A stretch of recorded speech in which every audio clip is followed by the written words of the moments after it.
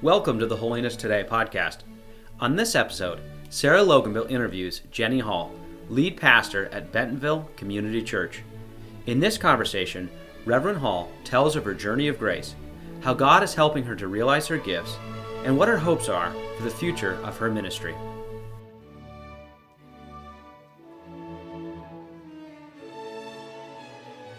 Thanks so much for joining us on the Holiness Today podcast. This is Jeni Hall, and I'm excited to hear from you and your story and your background and how the Lord's working through you and your ministry. Yeah, thanks for having me. Absolutely. Well, let's just jump right in. Tell us a little bit about yourself. Tell us about your background growing up, how you got into the Nazarene church, your call to ministry. My background is quite significant to my ending up in the Church of the Nazarene, so it's a fun story to tell. So I was raised by very devout believers. We were deeply invested in the Free Will Baptist Church, and my parents have been in ministry my whole life. They weren't pastors, but did music ministry and traveled. They're actually Southern gospel singers. So I spent a lot of time, we were either on the road with them at gospel singings or we were serving in the church. Like there was no ifs, ands, or buts, those two things were happening. And when I look back on my church upbringing, I don't realize until I'm a pastor now just how amazing my home church was.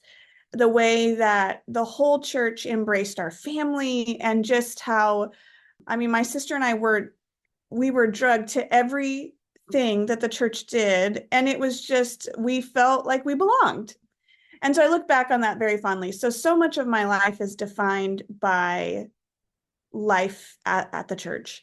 And I was one of those lucky ones that made me fall in love with the church. I never really had a season where I begrudged the church.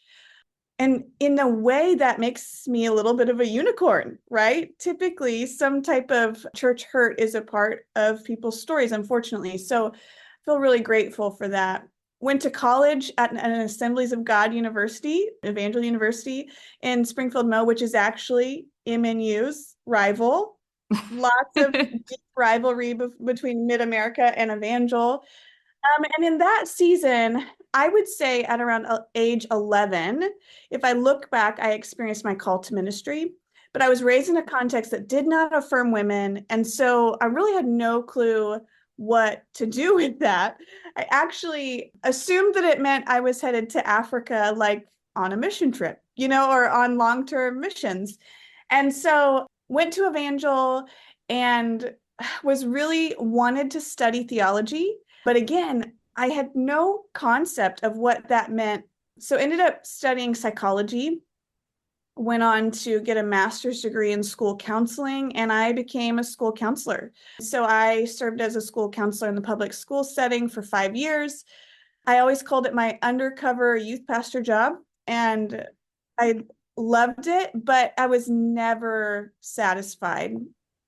So all that time I was doing ministry in various ways. I was a youth pastor for a time.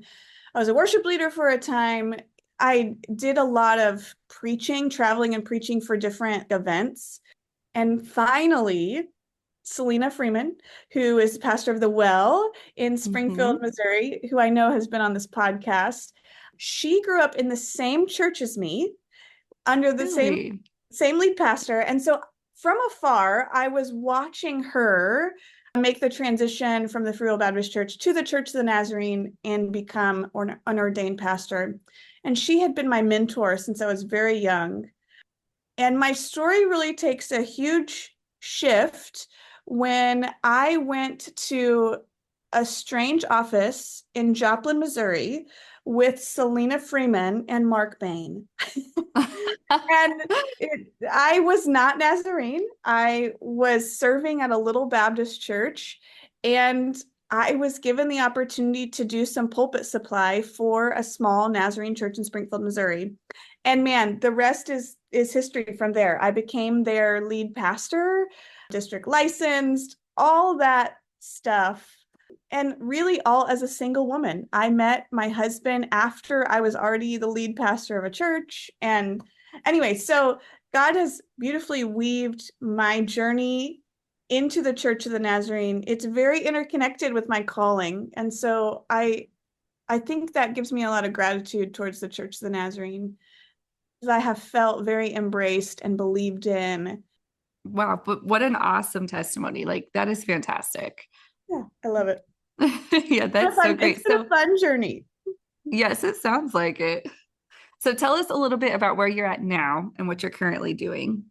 Yeah, so my husband and I have been in Bentonville, Arkansas for right at a year. I am the lead pastor here at Bentonville Community Church, the Nazarene, and my husband is the worship pastor. We love working together so much. People always marvel at the fact that we work so closely together. I'm like, that's just literally all we've known for our entire marriage. So I think I would be so sad if I had to be apart from him. But anyway, so we are here. We're loving it. We're adjusting to Northwest Arkansas. And we came here after serving for 5 years on the Oregon coast at a wonderful Nazarene church in Newport, Oregon. And yeah, and I have a daughter. I have a daughter who's 2, and she's great. Oh, good. I have a almost 2-year-old daughter. She's Yes. great and Yes. hilarious and isn't napping currently. So Right. It's exciting. such a fun, hard stage. Yes, it really is. So this story, it sounds beautiful and so excited that you were able to find those connections in Selena and Mark and into the Church of the Nazarene. How do you think God has used your life story, Yeah. or how is it coming through in your ministry today? Yeah, for sure. I think pastors will relate to this. When God began to make it clear that we were leaving the Oregon coast and moving to Arkansas, I was not ready. I was not ready. I was very happy in the ministry I was in and really loved that community. But now that I'm here, one of the things that I see, where we are situated is really heavy corporate America. Walmart headquarters is here. JB Hunt headquarters is here. Tyson headquarters is here. And one of my biggest struggles is like perfectionism, workaholicism. And I think the fact that those are the things that the Spirit is helping me overcome, I'm situated into a greater community that is driven by those things. And so I see how God, in his wonderful wisdom, is using my shortcomings and my challenges to minister right into a space where it resonates with them to hear me wrestle with these things also. Yeah, and I also look back and I think about how Selena used to tell me, and I love her for it. She used to tell me, Jeni, let's not make our banner of being female what we're about. Let's make it about Jesus always. And I was, yes, absolutely. And what I see happening is I look back on my story and how God saw fit that I come to where I was as a single female, and how that testimony of like, I didn't have a man justifying my existence in a man's world. It was purely God and the work of the Spirit in my life, positioning me in places and spaces for the sake of the kingdom. And I look at that here in this culture where, in a different sphere, women are fighting similar battles. And I can say, I get it. I get what it feels like to feel alone. I get what it feels like to feel like everybody's rooting against you. And so a year ago, when I really didn't understand why God was moving us here, as I look back, I think I get it. Like just those life experiences of being a woman in what can be a man's world and wanting to be driven and influential, all in God's timing, in God's way. So I think that resonates in the current culture that I find myself in. And I feel just honored to be here. I think I found a lot of peace from being driven by other people's opinions in that journey, just watching God move the pieces of my life into place so that there was no doubt that it was him at work. And I think that is very hope-filled in a work climate where sometimes you feel like you're controlled by an entity above you, if that makes Mhm. sense. Yeah, absolutely. I think kind of going back on what you said, first of all, there's something huge to be said for relating. And I think Yeah. exactly what you said, you're resonating with your people, with your community where you're Right. at. And I think it sounds like you're exactly where God wants you or needs you right now. And I think that's amazing. And then Yeah. I love what you said, or what Selena told you Yes. about not making it your banner, but making it about Jesus. That's Yes. awesome. I'm going to actually write that down. That's great. Also, Mhm. shout out, Selena. We think you're great. So, We do. We're obsessed. Yeah, it's funny because I think she and I would both say that we're kind of in a season where God is positioning us to make some things about being a woman, to like advocate for women. And it's not a cause necessarily that we ever set out to take up of our own, but there's peace in the fact when God positions you at tables to advocate, that is different than when you strong arm your way into spaces. Oh, And so absolutely. I'm thankful that she gave me that warning because I think my drivenness, I think I'm an Enneagram 8. I think I would have strong armed my way to the table to advocate for women. You know what I'm saying? Absolutely. Yeah. I know a couple Enneagram 8s. They're Yeah. awesome, but Yes. We will get things done. yeah, you will. I love it. So you probably thought a little bit about this, but I didn't know, like, I always ask this question with a little bit of a caveat, but do you have any like goals or where you hope your current role will go in the future? Man, this question also plays into my spiritual development because I am pretty goal oriented. And I think in my temperament, I can get to a space where I'm never satisfied. Mhm. And so, really, I feel like part of my discipline today is to tell you my main goal is to be really present in my current role. And I, as I have journeyed as a lover of Jesus and as a pastor, it sounds so cliche and silly, but my belief in the local church has just exploded in Mm. the sense that I just think that the local church is absolutely essential. Healthy, thriving, vibrant local churches are essential. And I think that there is something so powerful about pastors who stay. And so right now, I have goosebumps. I I want to be a pastor who stays.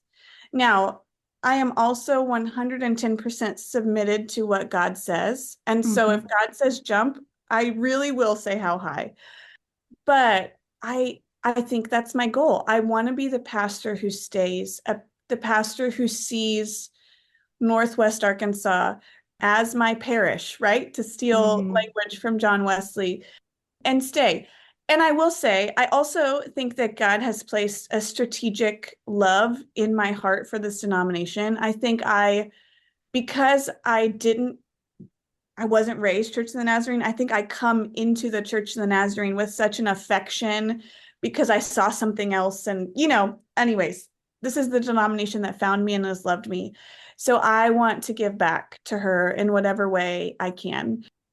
And I Yeah, think I have a strong goal to help mentor other pastors who are leading from hard spaces. absolutely. Yeah, I think that's great. Yeah. You have mentioned a couple people already, but I was just going to ask you who has influenced or impacted your ministry over the years?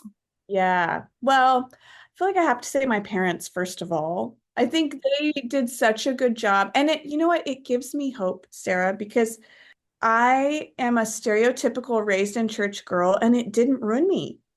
You know what I Yeah. mean? I Oh, I was know. drugged. Absolutely. Yes, I was drugged to the church every time the doors were open. And yet I have been emphatically in love with the church. And so as a mom trying to raise kids in the church, it gives me Mhm. hope that it doesn't always destroy your kids. Yeah. And so I think I honestly don't know what my parents did right but my sister and I are both invested in the local church. So Mm. I have to give credit to them. And then I love bragging on my pastor in the Free Will Baptist denomination. Shout out to Melvin Moon. He was my pastor from the time I was born. He's still the local pastor there, the pastor who has stayed, right? Mm-hmm. And when he theologically could not affirm my calling, he 100% affirmed my calling. I mean, I was 16 years old in a Baptist church preaching on Sunday nights in that church. Wow. Like that's not okay in that world. And yet he was giving me opportunities to preach on a regular basis. And so I always joke with him that he's actually Nazarene and he actually affirms women in ministry. But I don't think even I recognize the ways in which he was positioning me to pursue my calling. And then Selena's been my mentor since I was a young girl. And we go through different seasons where we're like colleagues and we're best friends. And then we're like sisters. And then she's like my mom a little bit. And it's just such a helpful relationship. She's a space where I can be real and raw, and she gets it. She's a fellow lead pastor, and so that's such a gift. I love that. That is so important to have those people, those key people in your life. Yeah. Looking back, I've got some too. I am not a pastor, but I consider myself a part of the ministry. And Absolutely. I grew up a pastor's kid. So like you, I was at every church function, Yes. not even on like normal days, like after school, we would go to church because dad was working. So Somebody's got to completely clean the understand. bathrooms. I know, right? Yeah. I also want to throw in one more thing too, because I think, yeah, please do. I think one of my greatest influence too has been the district superintendents that I have had. Again, because I wasn't raised in the system, I entered the system and found the system to be a huge blessing. And so every DS that I have had, I have probably obnoxiously positioned myself to let them impact me. And I think that's such a gift. Like there are a reason why there are district superintendents. And so, I had Mark Bain and I had, let's see, oh gosh, well, Brett Rickey in Oregon, and I had Dave Anderson when he was in Oregon, and Stan Reeder when he was in Oregon, and currently Mark Lindstrom here on North Arkansas. And I just, in whatever ways our system can be improved, those people are still such a gift. So I'm thankful for that. Absolutely. That's great. You mentioned you've got a 2-year-old at home, so I'm going to ask you a couple questions. How do you specifically juggle life in the ministry? And you kind of mentioned how you have tendencies to be workaholic, perfectionist, and being a mom present with your 2-year-old. Yeah. Man, this is like the hardest question because I understand. I don't think there is a way to master it, period. I just don't. Yeah. Okay. So the reality is there aren't great examples, right? Like there's not, even Selena and I, when we talk about this, she's like, I wasn't in the throes of lead pastor ministry when I had young kids. And so there aren't a lot of us out there who are leading churches while juggling babies. I'd agree. Literally. Yeah, I'd agree. Yeah. So I said this to Selena yesterday. I just said, I've been dealing with some health problems. And so, one of the things that the enemy uses against me is as momming is really hard. And as my body is kind of fighting against the lifestyle that I'm living in my health, I think the lie of the enemy is you should just sit on the sidelines until you get through this season. And I just want to tell the enemy where to go. Yeah. Because I wonder if it is actually a blessing to the church for pastors to lead the church through every season of life. Because what it's forcing me into is a season that recognizes my limitations. Mm. And if I recognize my limitations, I wonder in what way that gives them permission to recognize their limitations. And so I guess I feel a sense of holy calling that no matter how hard it gets, I will mom through ministry, I love that. But it is hard. But I think this is where, man, my insistence on the holy rhythms that God has given the church are so vital. Like, we have to be a people that Sabbath. Like, if I didn't Sabbath, I would never recoup from the rat race. We have to be a legitimate community where we live, we're fortunate that we're like under 3 hours from both sets of grandparents. Yeah. But when we have something come up, they can't get there fast enough to help us. Mm-hmm. And so we have to choose to let the church parent us, to grandparent our kids, to aunt and uncle our families. And I think sometimes, because the church can hurt, pastors are tempted to put up this wall of separation between them and their people. And I just don't know that you can faithfully pastor a people with that wall up. And especially when you're juggling babies and all that comes in with that, I think, man, just the family circle becomes essential.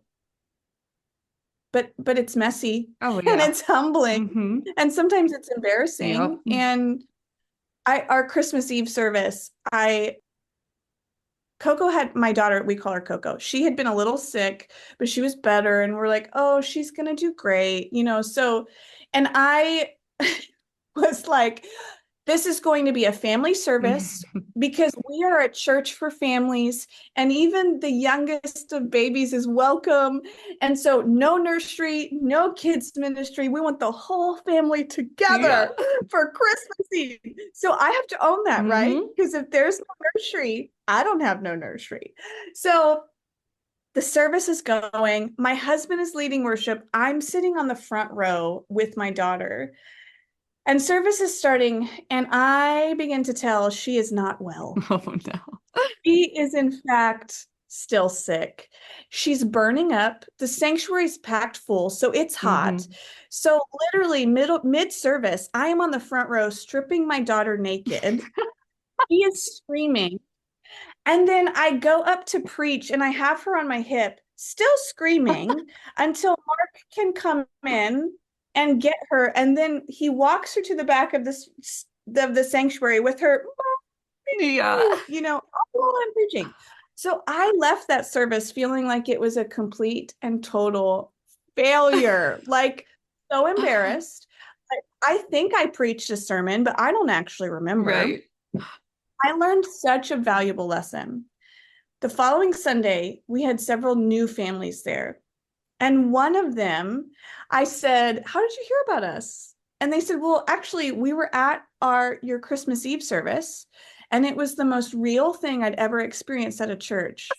I believe it. And he was like, and we just decided you guys might be our people. I was like, wow, I love that so much. Praise God, because I felt like a hot mess and was thoroughly embarrassed. So anyways, like, sometimes I wonder if the church wouldn't benefit from more vivid examples of the message. I completely get that. They experience it. So it's like, I think it feels disingenuous to portray an image that we don't, right? Anyways, so. No, I love that. Momming it is. My 3-year-old, he'll be 4 in a few months. He was just having a day a few weeks ago at church. And, your tendency is just like, oh my goodness, get them out of here ASAP. Like, Yes. Okay, please. Hide. Right. So that speaks volumes to me. I completely understand, but you're right. Like, it's so easy to try to put up those walls to kind of get embarrassed. And really, most people go through this exact same scenario. So the church is your family. It's supposed to be your family. That's great.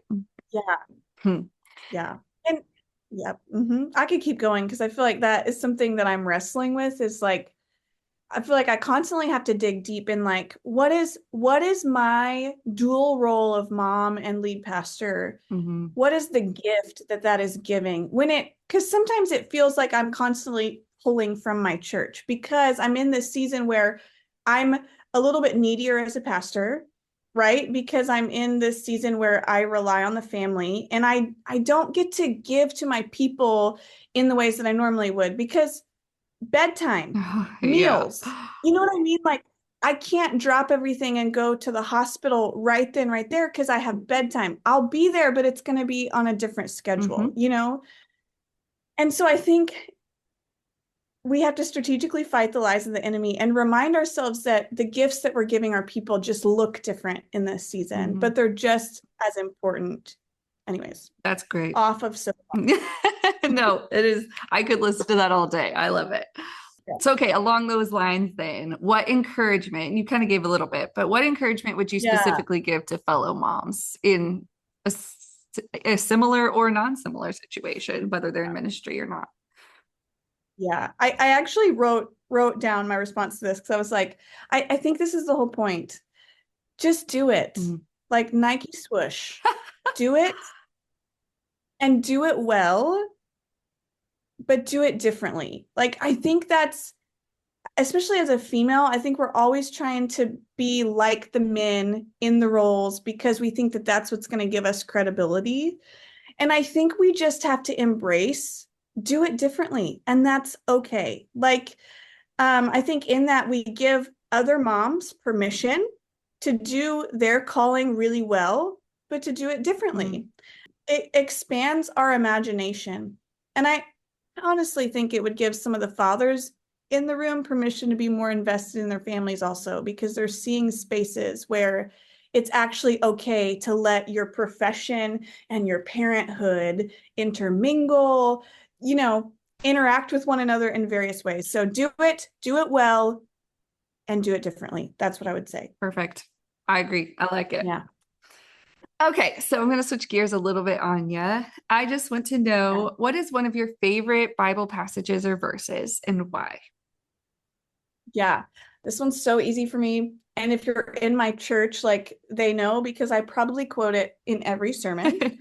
But Philippians 2:13, the NLT version says it this way: God is at work in you, giving you the desire and the power to do what pleases him.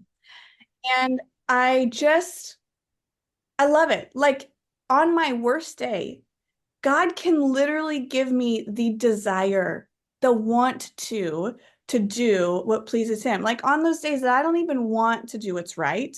I don't want to mom and minister well. Mm-hmm. Like I want to throw in the towel.